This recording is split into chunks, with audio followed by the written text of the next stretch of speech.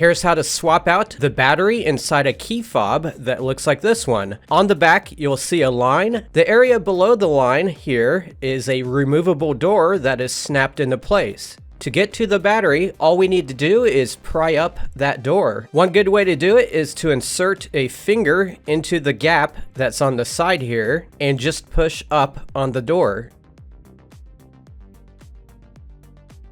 The battery is right there. It's in there so tightly it's hard to get out, but there are tiny gaps here and here, and you can stick a tiny flathead screwdriver into one of those gaps and pop the battery out. Then pop in the replacement. You don't have to reprogram it or anything. Before putting the door back on, I recommend cleaning the edges. That'll make it easier to open up next time around. Then snap the door back into place. And please leave a like if you found this video useful.